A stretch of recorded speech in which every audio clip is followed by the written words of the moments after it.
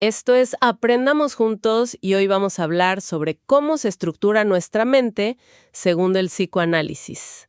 Esa corriente de pensamiento que fundó Sigmund Freud. Exacto. Vamos a explorar un poco cómo llegamos a ser quienes somos y, algo muy importante, cómo aprendemos. Ujú. Tenemos acá, algunos textos clave del propio Freud y también trabajos más actuales que conectan todas estas ideas con la educación, con cómo se forma nuestra subjetividad. Sí, cómo nos constituimos como sujetos. La idea hoy es meternos con algunos conceptos que quizás suenan, ¿no?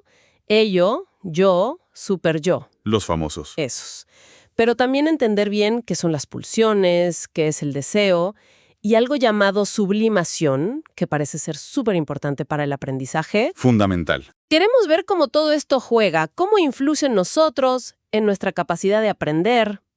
Y vamos a usar de guía algunas reflexiones sobre un caso, el de una nena, Carmen, que aparece en los textos. Perfecto. Un buen hilo conductor. Dale.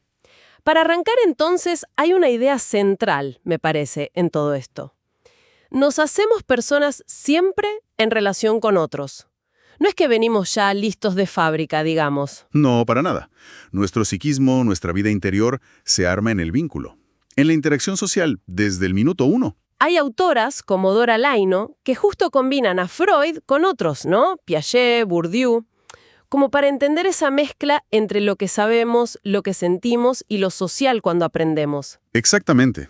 Y ese primer lugar, el fundamental, es la familia. Las primerísimas relaciones, con mamá, papá, los abuelos, quien nos cuide, dejan marcas, huellas muy profundas. Marcas inconscientes. Eso mismo, marcas inconscientes. Y esas experiencias iniciales, en lo que llamamos el grupo primario, después tiñen, influyen en cómo nos vamos a relacionar más adelante. En la escuela, con amigos. En todos lados. En la escuela, en el trabajo. Funciona por mecanismos como la identificación, ¿viste? Cuando tomamos rasgos de otros. O la proyección, cuando ponemos afuera cosas nuestras. Como dice uno de los textos, ¿no? Que la familia es como el molde. Tal cual. El molde inconsciente de las experiencias grupales que vienen después. Y en el caso de Carmen, la nena esta, se ve muy claro. Por las mudanzas y otras cosas, su vínculo más fuerte, más constante, es la mamá. Ujú. La describen saliendo corriendo súper feliz a buscarla a la salida del colegio. Eso te muestra lo central que es esa figura para ella, ¿no? En su mundo afectivo, social. Totalmente. Subraya lo cruciales que son esos lazos tempranos. Bueno, a ver, metámonos un poco más en cómo Freud imaginó esta máquina interna, el aparato psíquico. Él propuso un primer modelo, como un mapa, ¿no? Ujú. La primera tópica. Así es. La primera tópica. Divide la mente, digamos, en 3 localizaciones, o sistemas. ¿Cuáles serían? Son el inconsciente, el preconsciente y el consciente. Empecemos por el más misterioso, quizás. El inconsciente. El inconsciente. Es la base, lo más profundo y lo más grande. No podemos entrar ahí directamente. ¿Y cómo sabemos que existe? Por lo que se escapa, por sus manifestaciones. Los sueños, por ejemplo, los actos fallidos, esos errores al hablar, al hacer algo. Los lapsus. Los lapsus, claro. Los síntomas que a veces tenemos y no entendemos por qué. Incluso los chistes. Todo eso puede ser una ventanita al inconsciente. Freud decía que ahí está lo reprimido, ¿no? Sí. Lo reprimido es una parte importante. Es todo lo que la mente empuja afuera activamente porque genera conflicto. Pero ojo, no todo el inconsciente es reprimido. Lo clave es que si algo de ahí llega a la conciencia, nos parece ajeno. Es la fuente de la energía psíquica, las pulsiones, de las que ya vamos a hablar. Ajá. Y se forma, en parte gracias a esa barrera, la represión. Bien. ¿Y los otros 2 sistemas? El consciente. El consciente es fácil, es esto, ahora. Lo que pensamos, lo que percibimos, lo que sentimos en este instante. Como la punta del iceberg. Exacto, la puntita. Es una parte muy chica y, según Freud, muy fugaz, muy transitoria. La mayor parte de lo que sabemos, de lo que vivimos, no está en la conciencia todo el tiempo, Y ahí entra el tercero. el preconsciente. Funciona como una especie de sala de espera para la conciencia. ¿Cómo sería eso? Ahí está todo lo que no está presente ahora mismo, pero que podemos traer fácil. Un recuerdo, el nombre de alguien, qué comiste ayer. Cosas accesibles. Eso, contenidos accesibles. A diferencia de lo reprimido en el inconsciente, que tiene la puerta más cerrada, digamos. El preconsciente es como un puente, un filtro entre el inconsciente y la conciencia. Entendido ese primer mapa. Pero Freud siguió pensando no. Y lo complejizó. Ahí viene la famosa segunda tópica. Ello, yo y superyo. Correcto. Y es importante decir que no es que borra la primera, la complementa. Ofrece una mirada más Dinámica. centrada en las funciones, en los conflictos internos, A ver, como si fueran personajes dentro nuestro. algo así. Imaginemos 3 jugadores, 3 instancias psíquicas. Primero, el ello. Es la parte más primitiva. El núcleo original de donde sale todo. Lo más básico. Lo más básico y lo más oscuro, decía Freud. Es la fuente de las pulsiones, un torbellino de energía pura.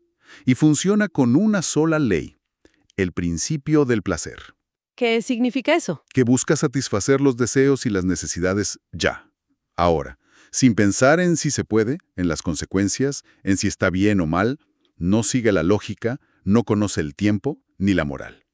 Es puro impulso, totalmente inconsciente. Un caos, decía Freud. Suena inmanejable. Exacto. Y para intentar manejar eso, y para poder vivir en el mundo real, surge la segunda instancia, el yo, El mediador. el mediador, el ejecutivo. Se desarrolla a partir del ello, pero en contacto con la realidad de afuera. El yo opera según el principio de realidad. O sea, trata de ser más realista. Claro, busca satisfacer los deseos del ello, pero de una manera que sea posible, que sea aceptable socialmente, que sea segura. Es la sede de la razón, de la lógica, de la percepción consciente, de la planificación. Tiene que pensar antes de actuar. Tiene que pensar, tiene que evaluar la realidad, controlar los impulsos, decidir cuándo y cómo actuar. Intenta poner orden, buscar un equilibrio. Freud usaba una metáfora muy buena, la del jinete y el caballo. Sí, es genial esa metáfora. El yo es el jinete que intenta dirigir, domar la fuerza bruta del caballo, que sería el ello. El caballo da la energía. Y el jinete intenta poner la dirección. Pero como dice Freud, a veces el jinete no tiene más remedio que dejarse llevar por el caballo. La fuerza del ello es muy grande. Y decías que el yo tiene una tarea difícil. Complicadísima, porque no solo tiene que lidiar con los impulsos del ello, tiene que responder a otros 2 amos, como decía Freud. Uno es el mundo exterior, con sus peligros, sus reglas, sus demandas. Y el otro, Y el otro es el tercer jugador, el superyo. ¿la conciencia moral? Exactamente. El superyo es la instancia moral de la personalidad. Representa nuestros ideales, el famoso deber ser, las normas, los valores que internalizamos. ¿De dónde vienen esas normas? Principalmente de nuestros padres, o de quienes cumplieron esa función. Se forma sobre todo al resolver el complejo de Edipo, cuando internalizamos la autoridad, las prohibiciones, los modelos parentales. O sea, es como tener la voz de papá y mamá adentro. Algo así, al principio, pero después se amplía, incorpora las enseñanzas de maestros, de otros modelos, los ideales sociales, los valores culturales. ¿Y qué funciones tiene? Bueno, se encarga de la autoobservación. Me estoy viendo hacer esto. Del juicio moral. Esto está bien, esto está mal, y si está mal, genera culpa. Y de la prohibición. No debo hacer eso. Y también contiene el ideal del yo. Esa imagen de lo que aspiramos a ser. Puede ser muy exigente, ¿no? Muy exigente. A veces es muy severo con el yo. Y es importante saber que, igual que el yo, una parte del superyo también es inconsciente. Entonces, ¿el pobre yo está ahí, en el medio? En el medio de 3 fuegos, intentando conciliar los impulsos del ello, las exigencias morales del superyo y las limitaciones de la realidad exterior. De esa tensión constante, de ese conflicto, nace la angustia. ¡Qué complejo ser un yo! Si volvemos a Carmen, a la nena del ejemplo, los textos dicen que, aunque es tímida y muy pegada a la mamá, en la escuela se porta bien, respeta las normas, a los maestros. Parece que internalizó que la escuela es importante. Eso tendría que ver con el superyo que se está formando. Totalmente. Es un indicio de que su superyo se está constituyendo y que ha incorporado un ideal donde el aprendizaje, las reglas de la escuela tienen valor. Y eso se conecta con algo que dice una maestra en el texto. Sí, una reflexión clave, que la escuela tiene que ser un lugar armonioso, porque también es un espacio subjetivante, ¿Qué significa eso? que ayuda a construir la subjetividad, ayuda a modelar ese yo y ese superyo en formación. La escuela no es solo para aprender matemática o lengua, es para aprender a ser, a estar con otros, a regularse. Muy interesante cómo se van conectando las ideas. Ahora, hablamos de estas estructuras, del conflicto, de la mediación, pero ¿qué mueve todo esto? ¿De dónde sale la energía? Mencionaste antes las pulsiones. La pulsión, bueno, es un concepto central y a veces un poco abstracto, ¿no? Imagínala como un empuje, una fuerza constante que viene de adentro, del cuerpo, pero que busca satisfacerse en lo psíquico. ¿No es lo mismo que un instinto? No exactamente. El instinto es más fijo, más biológico, como en los animales. La pulsión es más plástica, más moldeable por la experiencia, por la cultura. Freud habló de dos grandes grupos de pulsiones. Las de vida y las de muerte. Esas mismas. Pulsiones de vida, o eros, que tienden a unir, a construir, a conservar la vida. Ahí entra la sexualidad en sentido amplio, el amor, el cuidado, la creación. Ajá. Y las pulsiones de muerte, o tánatos, que tienden a la separación, a la descarga, a la destrucción, a la repetición, a volver a un estado anterior, inerte.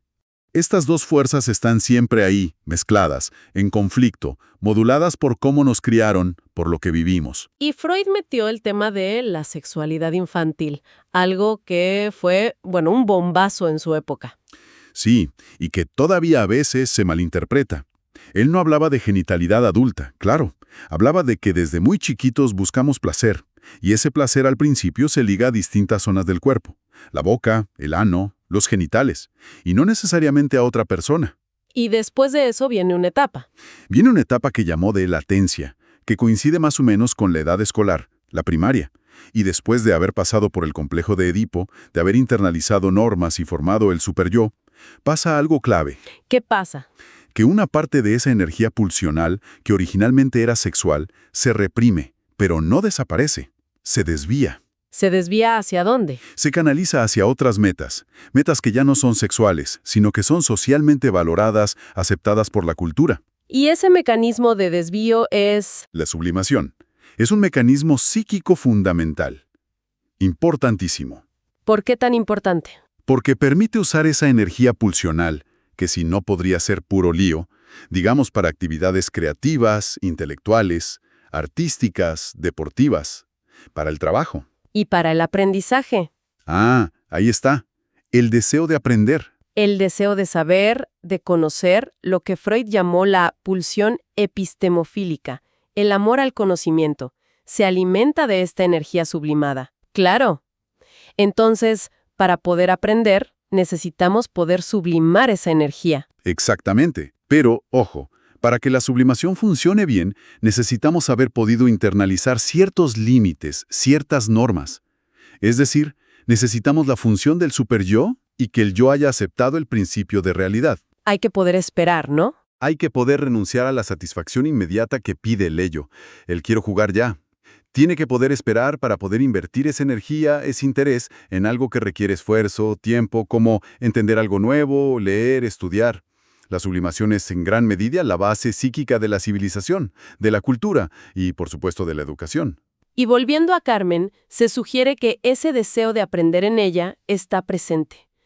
Y que además tiene el apoyo de los padres, que valoran la escuela aunque ellos no hayan podido estudiar. Claro, ese deseo de los padres, ese valor que le dan, puede funcionar como un motor externo que ayuda a su propio proceso interno, a su capacidad de sublimar y de interesarse por aprender. Bien, si vamos juntando las piezas, tenemos la mente con ello, yo, superyo, movida por pulsiones y la capacidad de sublimar esa energía para aprender. ¿Qué nos dice todo esto sobre los desafíos de hoy, pensando sobre todo en la educación? Bueno, los materiales que revisamos, como el texto de Gómez, plantean algo interesante. Sugieren que vivimos tiempos donde esa función adulta de poner límites, de ayudar a tolerar la frustración, a postergar la gratificación, parece que se ha vuelto más difícil. Como que hay miedo a frustrar a los chicos. Sí, a veces hay un temor a traumar, a inhibir. Y eso, paradójicamente, puede complicar los procesos de sublimación. Porque aprender requiere esfuerzo, implica no tenerlo todo ya. Y si no acompañamos a los chicos y chicas a desarrollar esa capacidad de espera, de manejar la frustración, se les hace más difícil invertir su energía psíquica, su líbido, en el conocimiento. Entonces, el rol del maestro o de la maestra se vuelve todavía más complejo hoy. Muchísimo más. No es solo transmitir contenidos, es acompañar en esa construcción de la subjetividad, ayudar a regular la dinámica del grupo, sostener ciertas normas para que se pueda trabajar juntos. Y hay algo más que mencionaba Freud, la transferencia. Exacto, la transferencia. Es clave. Las relaciones que tuvimos de chicos con las figuras de autoridad, como los padres, dejan una huella, un patrón, que después transferimos inconscientemente a otras figuras. Como a los maestros. Como a los maestros, sí. Proyectamos en ellos sentimientos, expectativas, miedos, que en realidad vienen de aquellas primeras relaciones. Por eso un maestro que ejerce la autoridad desde el respeto, con firmeza pero sin ser autoritario, crea un clima mucho más favorable. Para que la energía se canalice bien. Claro, para que se dé una transferencia positiva, para que esa energía se ponga al servicio del aprendizaje. Si el maestro genera miedo o rechazo, la transferencia es negativa y eso obstaculiza todo. Bien, para ir resumiendo entonces, el psicoanálisis nos da como herramientas, ¿no?, para pensar qué pasa adentro de los alumnos y también de los docentes, en la escuela. ¿Sí? Nos ayuda a pensar la subjetividad en juego. Hablamos de la importancia de tener un ideal, un norte, el superyo, de un deseo de saber, la pulsión epistemofílica, como motor. De la sublimación como ese mecanismo genial que transforma la energía en aprendizaje e en cultura. Y de cómo todo esto se juega en los vínculos, en la relación con los maestros, con los compañeros, dentro de la institución escolar. Exacto. Incluso se pueden conectar con otros conceptos como el habitus de Bourdieu, esa subjetividad socializada, o la ilusio, esa inversión de energía en un campo específico, como el escolar. Son muchas las conexiones posibles. La verdad que ha sido un recorrido intenso, pero muy revelador por estas ideas sobre cómo se arma nuestra mente. Ese juego constante entre el impulso del ello, la mediación del yo y las normas o ideales del superyo. Y cómo la energía de nuestras pulsiones, sobre todo ese deseo de conocer, se puede canalizar, se puede transformar a través de la sublimación. Un proceso que, como vimos, es fundamental. Y donde la educación, los vínculos afectivos que establecemos, juegan un papel absolutamente esencial. Totalmente. Y quizás, para seguir pensando, queda una pregunta flotando, ¿no?, que surge un poco de estos mismos textos que comentamos. A ver. Si pensamos que el superyo se forma internalizando las normas, los valores, la autoridad de nuestro entorno más cercano, de la cultura en la que crecemos, ¿cómo impactan los cambios culturales y sociales tan rápidos de hoy? ¿Te referís a los cambios en la familia, en la idea de autoridad, en lo que se valora? Exacto. ¿Cómo impactan esos cambios tan acelerados en la formación de ese superyo en las nuevas generaciones? ¿Qué efectos podría tener eso en su relación con el aprendizaje, con las normas, con la autoridad misma? Y en última instancia, con su propia forma de estructurarse psíquicamente. Es una pregunta abierta, claro. Abierta y muy relevante, me parece, para pensar el presente y el futuro de la educación. Sin duda. Bueno, dejamos esa reflexión planteada. Hasta la próxima.